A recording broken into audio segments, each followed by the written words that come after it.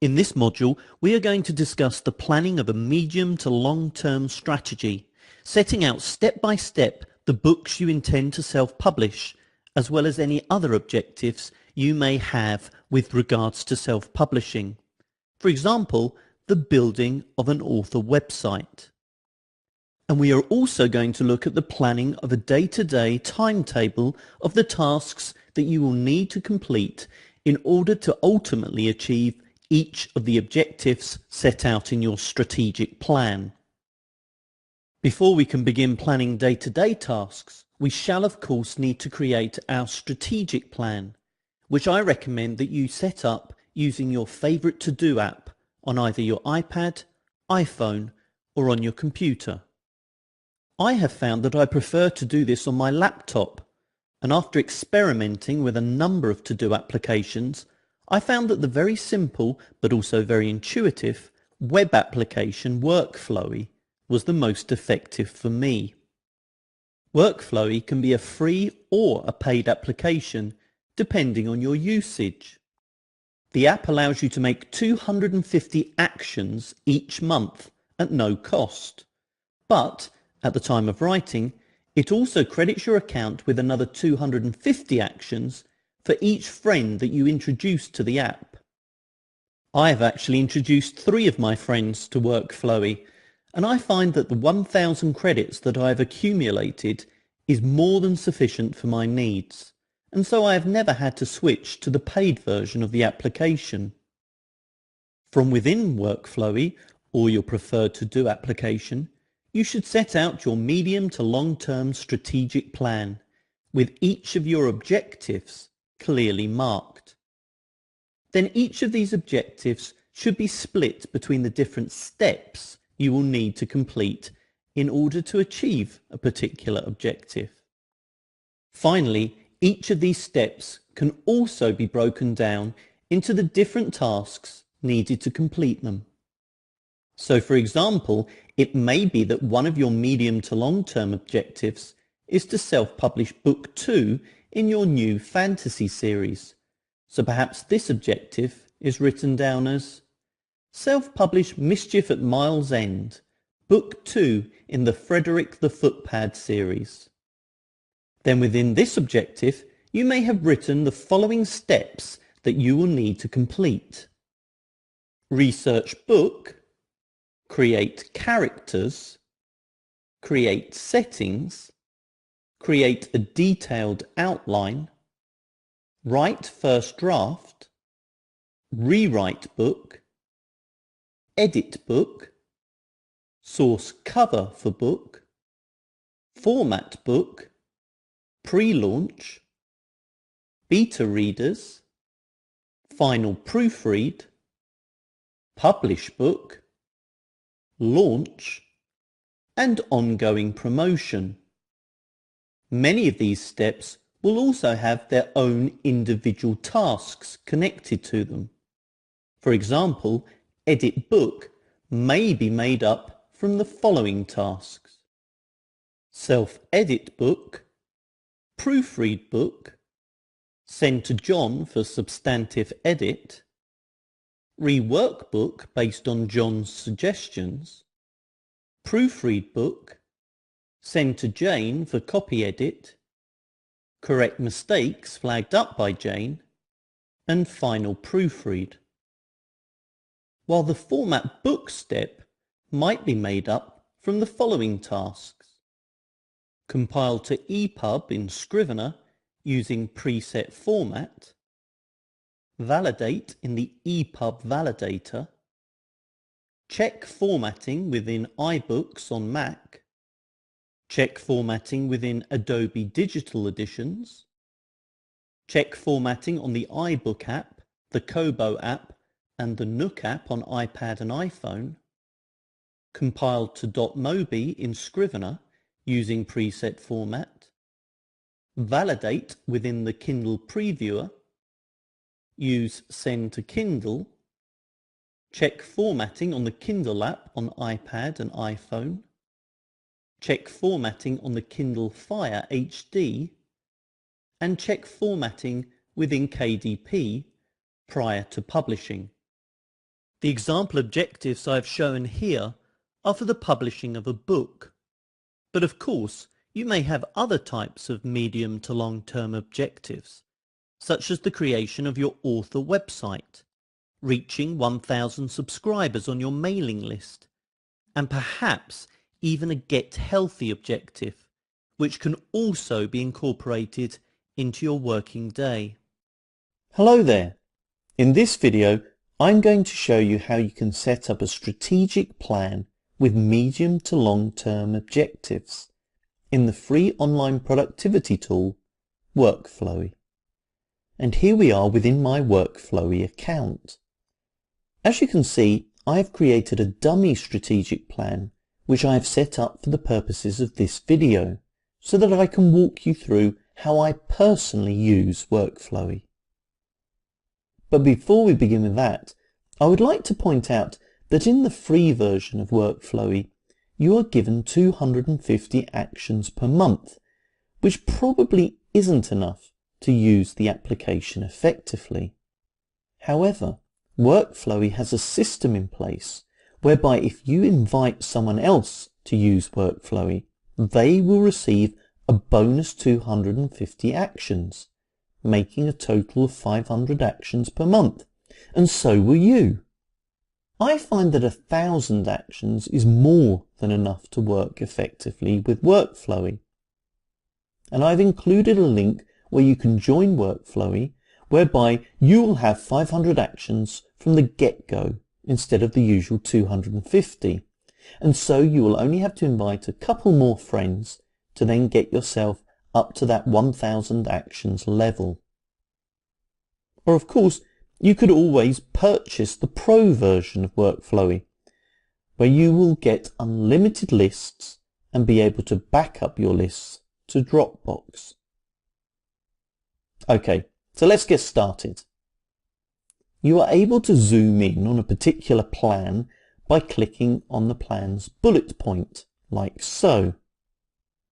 You can then return back to the list of your different plans by clicking on the homepage link up here. So let's go back into our example strategic plan, and we can see that I've already set up my main objectives for this year, namely to write Book 1, Frederick the Footpad, write Book 2, Mischief at Mile's End, and create the Frederick the Footpad author website. Within each objective, you can add the different steps you need to take in order to achieve that objective. So for example, in the objective Create the Frederick the Footpad author website, I have included the 5 steps: install website, customize website, create logo, create initial content, and set up a mailing list. And then in turn for each step, I have listed the different tasks that I will need to complete. For example, in the install website step, the tasks that I will need to complete are buy a domain name, buy a hosting package, propagate the domain to the hosting, and install WordPress. In the customize website step, I will need to install the Theses theme, install the Effector skin, and customize the look and feel of the site. In the Create Logo step, I will need to brainstorm the concept for the Frederick the Footpad logo, go to Fiverr and research logo designers, commission a graphic designer to create the logo, and add the logo to the website. Then in the Create Initial Content step, I will need to create a home page, an about page, a contact form, a library of books, and a blog page plus the initial posts. And finally, in the Set Up a Mailing List step, I will need to set up the Thrive Leads plugin, set up a mailing list in MailChimp, create a sign-up form, and create a lead magnet. Remember, you can navigate around your different plans by clicking on the breadcrumbs at the top here. So let's get back to the example of a strategic plan. Now let's say I'm feeling particularly productive this year and I would like to release 3 novels in total, so I would like to add a new objective. And I can do this by simply going to where I would like the new objective to appear in the list and pressing Enter. A new bullet point appears and I can write in my new objective, which is to write book 3 a sleight of hand. And there I've created a new objective, and if I click on the bullet point once more, I will be within this new objective and I can begin to add the different steps I need to take in order to achieve my objective. For example, research book, create characters, create settings, and so on. However, it may be that I've already mapped out a lot of these steps and the tasks within these steps already in a previous objective. So rather than write it all out again and risk forgetting a task or two, I can go to an earlier objective in the plan, let's say write book 2, Mischief at Miles End, and I can copy over what I have already written here, like so, and then go back to book 3 and paste the steps within them straight into this new objective. And if we click on one of the steps, such as Edit Book, you will see that all the individual tasks have been copied over as well. Okay, so let's say that a few months have passed and book 3 is well on its way to being completed. And I'm now at the formatting stage for my book. In fact, let's say that I've already completed some of these tasks, such as all the tasks related to the formatting of an EPUB ebook. I can now mark these tasks as being complete. So all I need to do is hover over a particular task and click Complete. So let's complete the Validate in the EPUB Validator task in the same way, and the other 3 tasks related to formatting an EPUB ebook like so. So now we have 5 tasks marked as completed, and currently these tasks are visible, but we can hide these tasks by clicking up here at the top of the page like so. Personally, I like to see the tasks that I have completed, so I'm going to toggle that back to how it was originally. Now you may have noticed that there are a number of other actions that you can do for each item in addition to completing them, and I shall cover each of those in turn in the next video on Workflowy, when I show you how to set up a daily work schedule. Okay, so that about wraps up this video on setting up your strategic plan in Workflowy. And if you have yet to set out your objectives in the medium to long term, I hope that this video will encourage you to do so.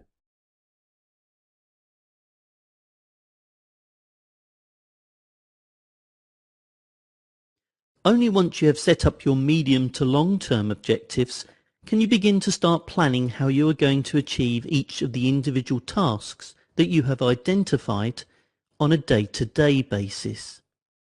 And how you actually set up your daily plan will largely depend on whether you are writing full-time or only writing part-time.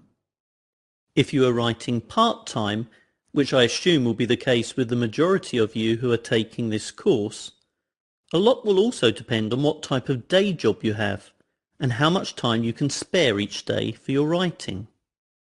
I work as a freelance translator, which probably means I can be a little bit more flexible about when I write than some of you who may have regular 9-to-5 jobs.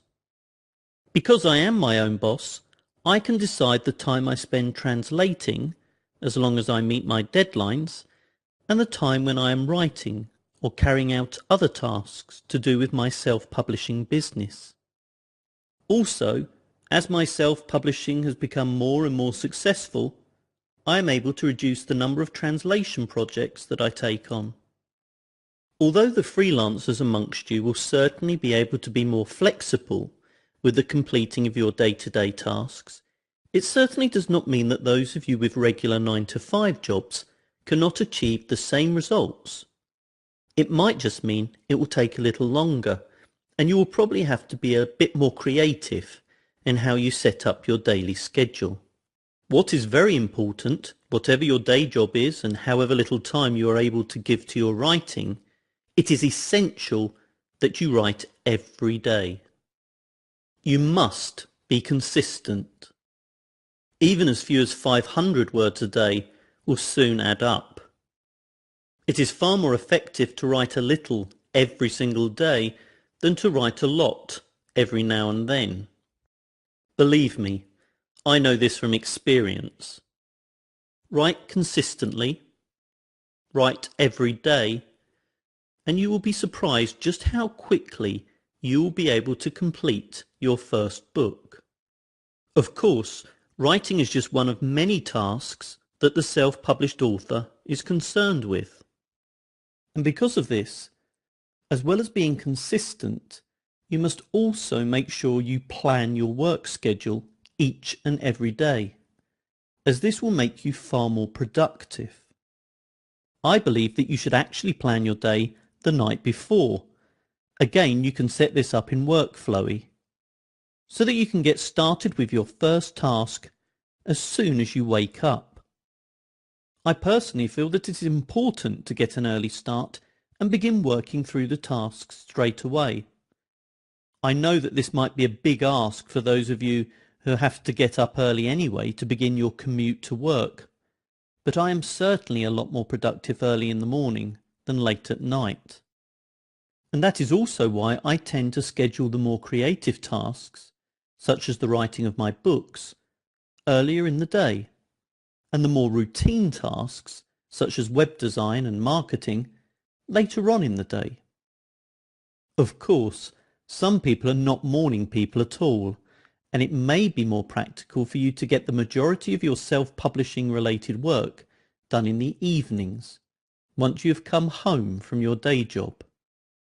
But whatever time of day you feel it's your most productive, it really is important that you split your time between creative writing and the non-creative writing tasks, such as research, plotting, revision, and proofreading, as well as those non-book writing tasks such as website building, communication, publishing, and of course, marketing. Do not forget marketing. It is important that you continue to promote your books, and yourself for that matter, each and every day, and not just around the time of a book launch. And let's not forget another very important daily task, which often gets left out: learning. And we can split this into two distinct areas of learning. First of all, I mean learning about your subject. For non-fiction writers, this could mean keeping abreast of the latest developments in your field. And for fiction writers, it may simply mean reading in the genre that you are writing in. And secondly, learning about how to successfully self-publish your books and develop your career as a self-published author. The very fact that you are taking this course shows me how you recognise the importance of learning, and I shall go into more detail on the subject later in the course. But suffice to say that learning should definitely form part of your daily routine. And this is actually one of the tasks that is the most easy to incorporate into that busy 9-to-5 schedule on the commute to and from work, whether you are watching courses like this one on the train, reading an e-book on the bus, or listening to audiobooks and podcasts in the car. Meanwhile, us freelancers can catch up with our learning via audiobooks and podcasts on our morning walk. Which brings me to another important area that often gets left out when we are short on time, and that is those tasks that help keep us healthy. There is no doubt that an hour's walk each morning is good for your health. But I find it is also a great time for thinking through a plot or a new marketing strategy, or perhaps an opportunity to catch up on one of the many great self-publishing podcasts out there. Another task you should incorporate into your daily schedule is the habit of taking breaks from your writing. Even if it is just to get up and have a stretch, or to make yourself a cup of tea, it is important that you take regular breaks from your work. However, these health-related breaks should be the only breaks you take from your writing, as it is vitally important that you stay focused. So make sure that you get offline if possible, don't check your emails, don't waste time on social media, and don't carry out research for your book when you are supposed to be writing it. Just write for 45 minutes at a time with no distractions, and then get up from your desk, leave the room you are writing in, and have 5 to 10 minutes totally away from your writing. Hello there. In this second video about the online productivity tool Workflowy, I'm going to show you how I create a daily work schedule in order to complete those day-to-day tasks that I set out within the objectives of my strategic plan. And as you can see, I've created 2 daily work schedule templates, one for when I have an ongoing translation project and one when I don't currently have a translation to do. This is to save me time when I plan my daily schedule each evening for the next day's work. And if you are still a part-time author who is either a freelancer like me or has a regular 9-to-5 job, then I highly recommend that you create 2 different templates in this way, one of which you can use for a regular Monday to Friday, and the other that you can use during your time off work, or perhaps at the weekend.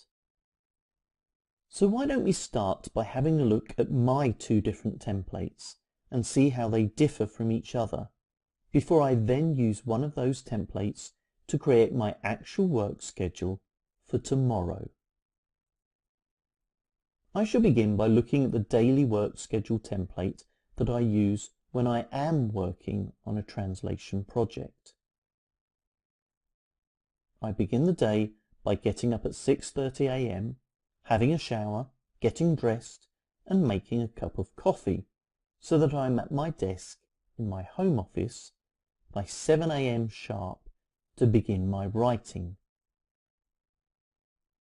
And as you can see, even when I'm working on a translation project, I still begin the day with a 2-hour block of creative writing, which is actually split into 4 25-minute pomodoros, so that I can focus intensely on my writing for 25-minute periods at a time, as well as take regular breaks from my desk. In that 2-hour period, I usually aim to write at least 1,000 words of a first draft, and this is helped by the fact that I will have already written a detailed outline of the book previously, and also by the fact that the last piece of work I did the night before was to go through the outline of that same scene just before going to bed. In effect, I go to sleep thinking about how the scene's going to pan out, and this helps me immeasurably when I come to write the scene the next morning. At 9 a.m. I go for an hour's walk. This is primarily to try and stay fit and healthy, but I do also use this time for work-related matters. If I am at the stage of outlining a new book, I will usually spend the walk figuring out the book's plot. Otherwise, I will spend this time listening to one of the many self-publishing podcasts that I follow. When I was younger, I used to find walking quite a boring exercise. Now I find that I really look forward to my walks and the opportunity to expand my knowledge with regards to the world of self-publishing. At 10 a.m. I begin my first 2-hour block translating. If I have proofreading to do, then I tend to do so in the morning session, as I find proofreading to be more intense work than translating, and so I prefer to do it when I'm still at my most alert. At 12 p.m. my wife and I walk to one of the local restaurants in the town centre and enjoy our lunch together. Then I'm back at my desk for 1 p.m. to begin my second 2-hour block translating. I break at 3 p.m. for an afternoon walk where I wear my 8-month-old son and go and pick up my daughter from school. Then at 4 p.m. I begin the final 2-hour block translating, which takes me up to 6 p.m. and a 2-hour break to spend some quality time with my family and to enjoy our evening meal together. At 8 p.m. I begin a 2-hour session put aside for marketing and promotion work, which can encompass all manner of things, such as the promotion of my current books and courses, the pre-launch work for upcoming books, blog posts, post commenting on other blogs, social media, and many other promotional activities. Then at 10 p.m. I spend an hour learning. This might involve learning about a topic in one of the niches that I write non-fiction in, learning about a piece of research for a fiction book I am writing, improving my craft, increasing my knowledge of the self-publishing industry, or learning how to use a new piece of software or a marketing tool. But whatever it happens to be, I always aim to spend an hour every day learning something new. Finally, from 11 p.m. to midnight, I begin by planning tomorrow's schedule, and then, as I mentioned before, I start thinking through the scene or subchapter I am going to write in tomorrow's creative writing session. So that is my daily schedule when I'm working my day job, so to speak. In those periods where I have chosen not to take on any translations, my schedule changes somewhat. The day begins the same up until 10 a.m, but then, instead of translating, I instead do a second 2-hour block of creative writing, thus doubling the number of words I write to over 2,000 for the day.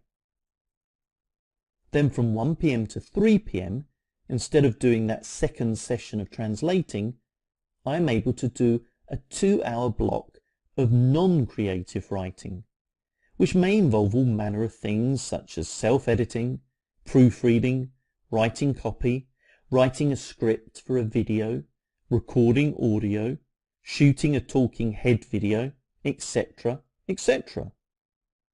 Following on from my afternoon walk, I then do a second 2-hour session of the same. Then, as you can see, the rest of the day follows the same schedule. Now, of course, in reality, plans are never set in stone. Things crop up, deadlines beckon, etc., etc. Nonetheless, you should still have the discipline of creating your daily schedule every day, so that you can try and be as productive as you possibly can be, and ensure that you keep writing regularly. I would now like to show you how I plan tomorrow's schedule using the template that I have created in Workflowy. I do not currently have any translation projects on the go because I have been busy creating a number of premium courses on self-publishing like this one. So I shall be basing tomorrow's schedule on this second template. Okay, I begin by hovering over the bullet point like so and clicking on Duplicate.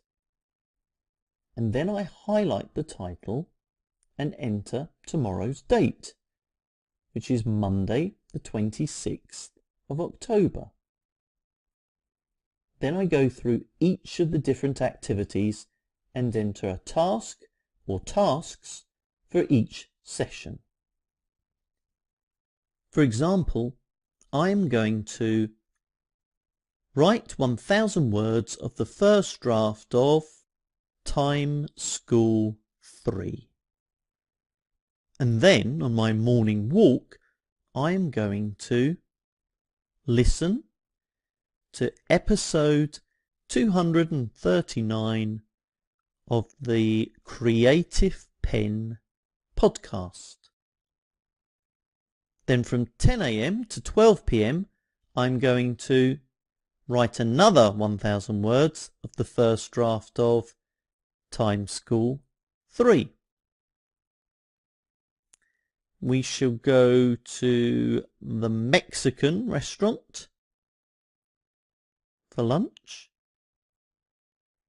And then after lunch, I shall actually be working on a promo video for this course that you are watching. That is to say, the Writing Productivity Habits course. And I will be writing the script in this session. And then in the next session, I shall still be working on the promo video, but I will be recording the audio for the voiceover. Then, in the 2-hour marketing session, I shall be creating the landing page for the pre-launch of my novel Time School.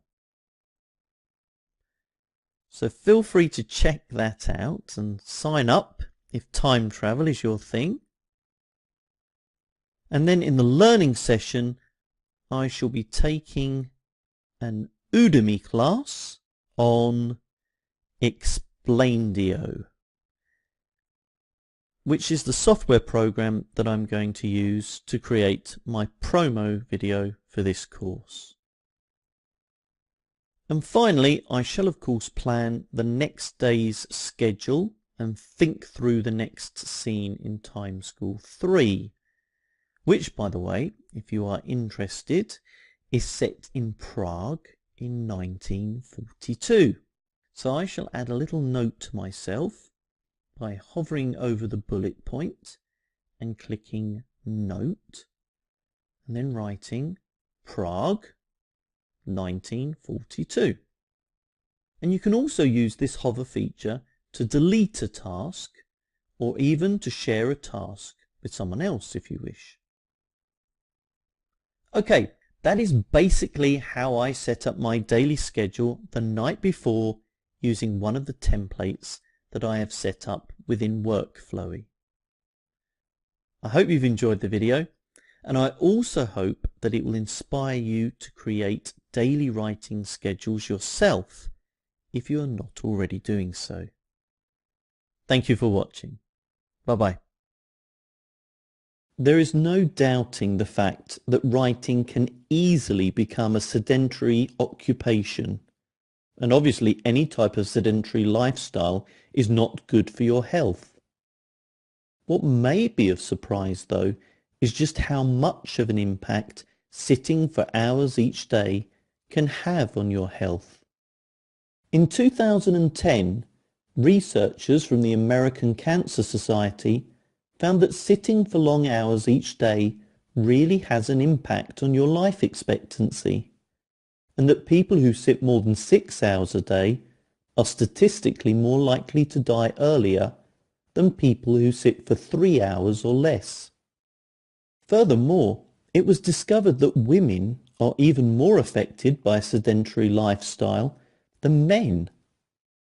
Research showed that those women who sit more than 6 hours a day were 37% more likely to die than those who sit less than 3 hours per day, while the men who sat longer were 17% more likely to die.